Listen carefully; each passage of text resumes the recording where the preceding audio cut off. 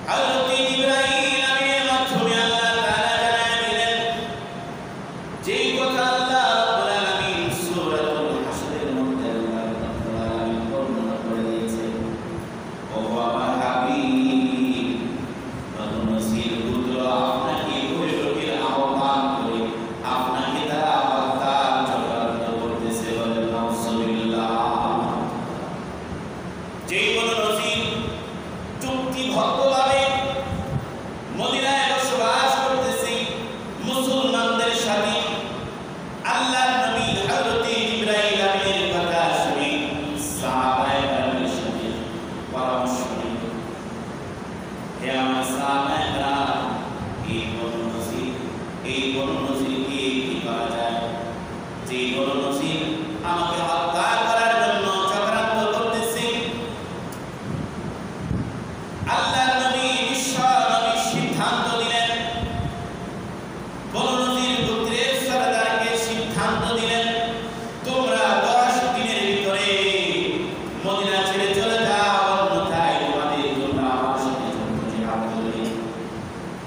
বনু নজির পুত্র টাকা পয়সা অর্থের দিক দিয়ে সব দিক দিয়ে সবল, কিন্তু তারা মনের দিক দিয়ে দুর্বল। এক পর্যায়ে তারা সিদ্ধান্ত নিল মদিনা ছেড়ে চলে যাবে, কিন্তু ওই মদিনার বড় মুনাফিক আব্দুল্লাহ ইবনে উবাই মুনাফিকি বলতেছে, হে বনু নজির পুত্র, শোনো শোনো, তোমরা মদিনা ছেড়ে যাইবা। তোমরা যদি যাইতে হয় তোমাদের সাথে আমি আব্দুল্লাহ ইবনে উবাই চলে যাব। তোমরা রাসূলকে বলে দাও আমরা যুদ্ধ করব, আর সেই যুদ্ধের জন্য আমার কাছে 2000 সৈনিক আছে। আল্লাহর নবীর সাথে জিহাদ করার জন্য আমি তোমাদেরকে দিয়ে দিব। আব্দুল্লাহ ইবনে উবাইর কথা শুনে বনু নজির গোত্রেরা বলল, আল্লাহ নবীকে জানিয়ে দিও আমাদের মদিনায় জন্মগ্রহণ, আমাদের বসত বাড়ি, ঠিক আছে, আমরা কখনো চলে যাব না, বরং আমরা তোমাদের সাথে যুদ্ধ করতে প্রস্তুত। আর মুনাফিক যে ওয়াদা করে ওয়াদা নষ্ট করে, সেটা মহান আল্লাহ রাব্বুল আলামিন ভালো করে জানেন। আল্লাহ রাব্বুল আলামিন কোরআনুল কারীমে আয়াত নাযিল করে দিয়ে দিলেন, ওয়াল্লাহু ইয়াশহাদু ইন্নাকুম লাকাযিবুন।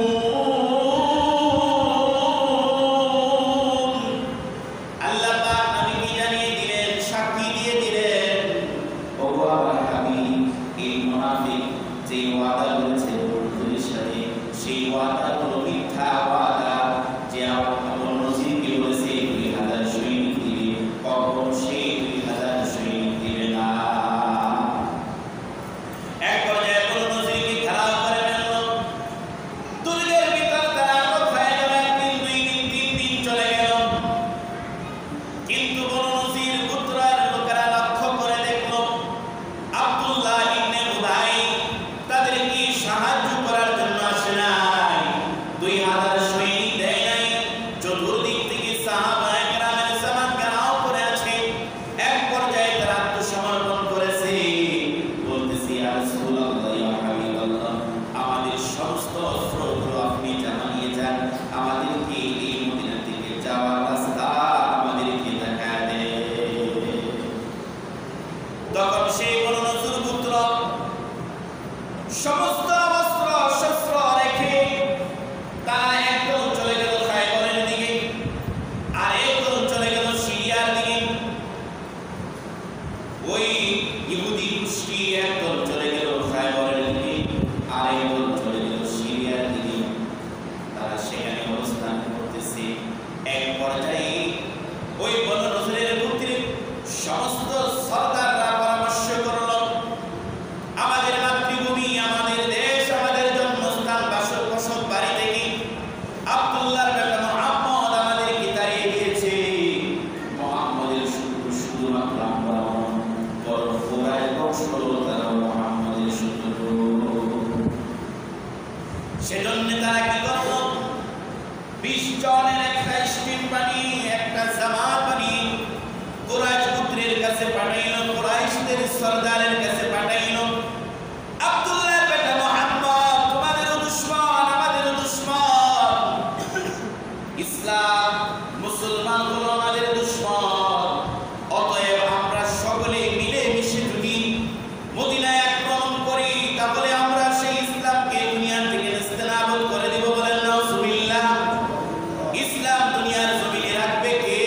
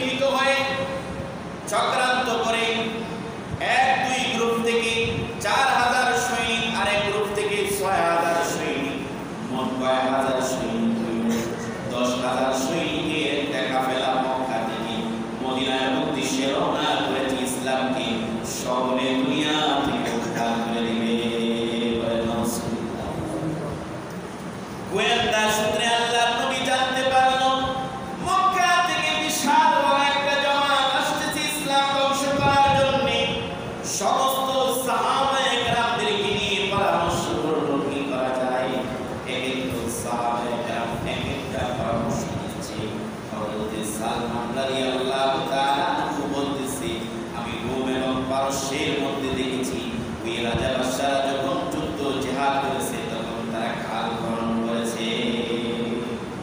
খাল খননের মাধ্যমে তারা যুদ্ধে বিজয় হয়েছে। হযরতে নবী করিম সাল্লাল্লাহু আলাইহি ওয়াসাল্লাম হযরতে সালমান রাদিয়াল্লাহু তাআলা আনহুর প্রস্তাবটি গ্রহণ করলেন। খাল খনন করার জন্য সিদ্ধান্ত নিলেন। কিভাবে খনন করবে? মদিনার তিন পাশে খেজুর গাছ, যেই কারণে বোঝা যায় ওই দিক থেকে শত্রুরা কখনো আক্রমণ করবে না। উত্তর দিকটা খোলা, সেই উত্তর দিক দিয়ে আমরা খাল খনন করব। খাল খনন করব, সেই খালের আলটিমেটাম নিল। সেই খালের ম্যাপ হলো 5000 হাত লম্বা, 5000 হাত লম্বা, 8 থেকে 9 হাত চওড়া, 7 থেকে 8 হাত গভীর। সিদ্ধান্ত নিয়ে 1000 সাহাবায়ে কেরাম খাল খনন করতেছে, খাল খনন করতেছে। এই সাহাবায়ে কেরামের পেটে কোনো খাবার নাই। সাহাবায়ে কেরাম পেটের মধ্যে পাথর বেঁধে বেঁধে সেই খাল খনন করতেছে ইসলামের বিজয়ের লক্ষ্যে। আল্লাহ নবী বিশ্বনবী হুজুর আকরাম সাল্লাল্লাহু আলাইহি ওয়াসাল্লাম পেটের মধ্যে 2টা পাথর বেঁধেছে। সাহাবায়ে কেরাম কুদাতি খাল খনন করতেছে, আল্লাহ নবী নিজেও খনন করতেছে। তাদের সাথে আল্লাহ নবী নিজেও খাল খনন করতেছে।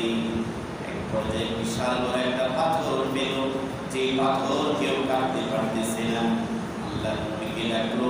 আল্লাহ নবী সেই পাথরের উপর যখন আঘাত করলো, আঘাত করার সাথে সাথে একটা আগুনের ছিটকা বেরিয়ে আসলো।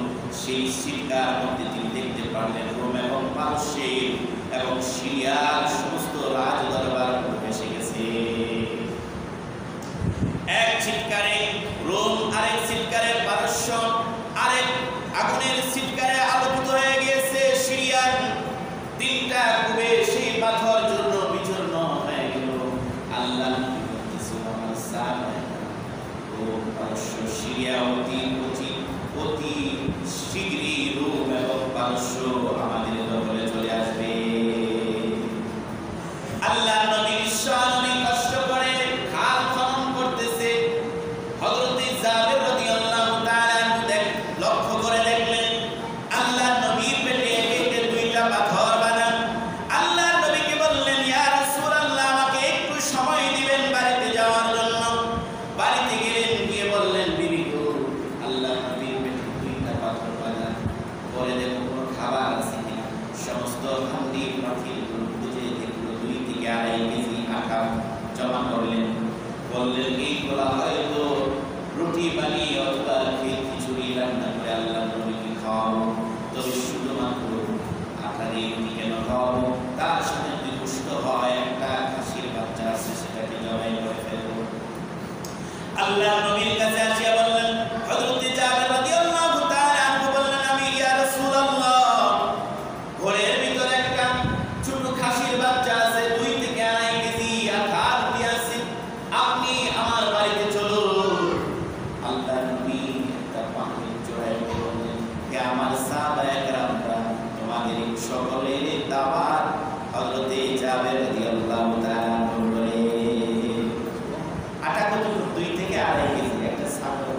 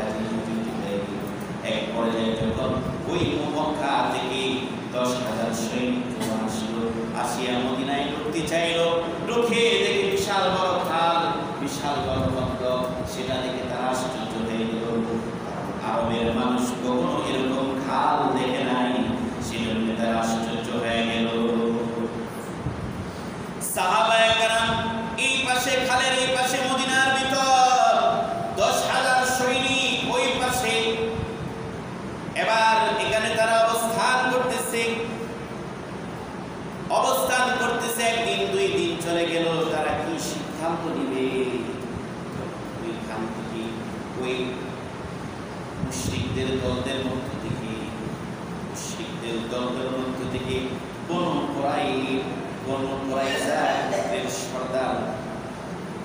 কুরাইজা গোত্রের সর্দার কাব বিন আসাদের কাছে আসলো। বনু কুরাইজা গোত্রের সর্দার কাব বিন আসাদের কাছে আসলো। ওয়াইদ বিন আক্তাব, মুশরিক ইহুদি ওয়াইদ বিন আক্তাব বনু কুরাইজা গোত্রের সর্দার আশরাফ বিন সাদের কাছে আসলো। আশরাফ বিন কাব বিন আশরাফ তিনি ওয়াইদ বিন আক্তাবকে দেখে তিনি বুঝতে পারলেন সে একজন দুষ্কৃতী প্রকৃত মানুষ। আসিয়া বলতেছে, তোমরা যদি একটু সহযোগিতা করো, মদিনার মধ্যে যে তোমরা চুক্তিতে আসো, মুসলমানের সাথে যুদ্ধ করবা না, তোমরা চুক্তি ভঙ্গন করো। আমরা 10,000 সৈনিক নিয়ে এসেছি, মুসলমানদেরকে জমিনের সাথে মিশায় দেব। বলেন নাউজুবিল্লাহ। কাব বিন আসাদ বলতেছি, না না, আমরা চুক্তি ভঙ্গ করতে পারবো না। তোমরা 10,000 সৈনিক হও না কেন, ইতিপূর্বে আমরা দেখেছি অল্প সৈনিকের মাধ্যমে মুসলমান বিজয়ী হয়েছে, আমরা চুক্তি ভঙ্গ করতে পারবো না।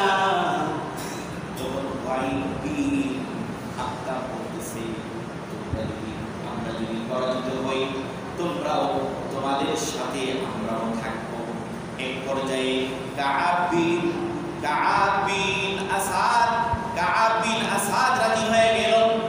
এদিক থেকে আল্লাহ নবী, বিশ্ব নবী পাহাড়ের দুর্গের ভিতরে মহিলা এবং বাচ্চাদেরকে সেখানে রেখেছিল। এক ইহুদি সেখানে প্রবেশ করল। যখন সেখানে প্রবেশ করে দেখি সেখানে কোনো মুসলমানদের সৈনিক নাই, তখন সাফিয়া নামক একজন মহিলা চিন্তা করলো, এই ইহুদি যদি ওই তাদের সৈনিক তাদের পুত্রের কাছে গিয়ে বলে দেয় এই কাফেলা এই দুর্গের ভিতর কোনো মুসলমান সৈনিক নাই, তাহলে ইসলামের ক্ষতি হয়ে যাবে। তখন সাফিয়া রাদিয়াল্লাহু তাআলা আনহা একজন মহিলা মানুষ, ইসলামের জন্য তিনি একটা বড় লাকড়ি নিয়ে সেই ইহুদির মাথায় আক্রমণ করলো। সঙ্গে সঙ্গে সে মৃত্যুবরণ হয়ে গেল। এই খবর যখন ইহুদির পুত্রের মধ্যে চলে গেল, তখন তারা বুঝতে পারলো আল্লাহর নবী বড় বিচক্ষণ, বড় সৈনিক, তিনি আমাদের সাথে তিনি যুদ্ধ করতেছেন। পুত্রের মধ্যে ওই দুর্গের মধ্যেও তিনি সৈনিক রেখেছেন। এদিক দিয়ে বনু কুরাইজাদের চুক্তি ভঙ্গ করলো। আল্লাহর নবীর কাছে সেই সংবাদ চলে আসলো। আল্লাহর নবী পেরেশান হয়ে গেলেন। আল্লাহর নবী কি করবেন? এক পর্যায়ে সাহাবায়ে কেরামদেরকে নিয়ে সিদ্ধান্ত নিলেন, আমরা বনু আতফারের পুত্রের সাথে আমরা একটা চুক্তি করি, এই মদিনার মধ্যে যত ফসল হবে 3 ভাগের 1 ভাগ আমরা তাদেরকে দিয়ে দিব, তারা যেন আমাদের সাথে যুদ্ধ না করে। সাহাবায়ে কেরাম বললেন, ইয়া রাসূলুল্লাহ, এটা কি আপনার সিদ্ধান্ত না আল্লাহ পাকের সিদ্ধান্ত? যদি এটা আপনার সিদ্ধান্ত হয় আমাদেরকে বাঁচানোর জন্য, তাহলে আমরা সেই সিদ্ধান্ত মানি না। পথিমধ্যে ওই বনু আতফারের সরদার মুহাইব বিন মাসউদ রাদিয়াল্লাহু তাআলা তিনি ইহুদি ছিলেন। আল্লাহর নবীর কাছে আসিয়া বলতেছে, ইয়া রাসূলুল্লাহ, আমি ইসলাম গ্রহণ করলাম, আপনি আমাকে কালেমা পড়ায়া মুসলমান বানায় দেন। ইসলামের সাহায্য আসবে কার পক্ষ থেকে? আল্লাহ পাকের পক্ষ থেকে। তখন মুহাইব বিন মাসউদ রাদিয়াল্লাহু তাআলা বললেন, ইয়া রাসূলুল্লাহ, আপনি যদি হুকুম করুন তাহলে আমি পুত্রের মধ্যে একটা ফাটল সৃষ্টি করে দেব। তখন বনু কুরাইজা পুত্রের মধ্যে গিয়ে বলতেছে, তোমরা যে ওই মদিনা থেকে আগত সৈনিকদের সাথে তোমরা যুদ্ধ করার জন্য আল্লাহর নবীর চুক্তি ভঙ্গ করেছো, তোমরা যদি পরাজিত হও তাহলে কিন্তু তোমাদেরকে কুচকাটা করবে। তবে শুনে রাখো, তাদের কাছ থেকে 10 জন মানুষ যে নিয়ে আসবা, এই জন্য নিয়ে আসবা, যদি তোমরা পরাজিত হও তাহলে আল্লাহর নবীর কাছে জরিমানা হিসাবে 10 জন মানুষকে পেশ করবা। বনু নজির পুত্রকে বলল। তখন আল্লাহর নবীর ওই সাহাবী হযরতে মুআইব বিন মাসউদ রাদিয়াল্লাহু তাআলা ওই সৈনিকদের কাছে গিয়ে বলল, বনু কুরাইজা তোমাদের কাছে 10 জন মানুষ চাইবে, তারা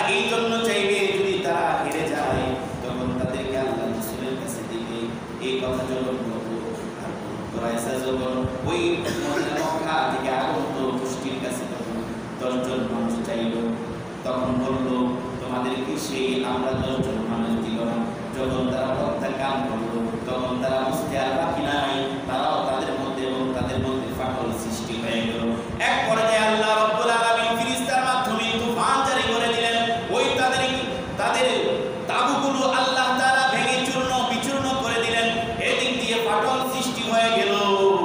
সমস্ত ওই মুশরিকের দলেরা 10,000 মুশরিকের দলেরা সেই মদিনা থেকে পালান করলো। আল্লাহ রাব্বুল আলামিন মুসলমানদেরকে বিজয় দান করলেন।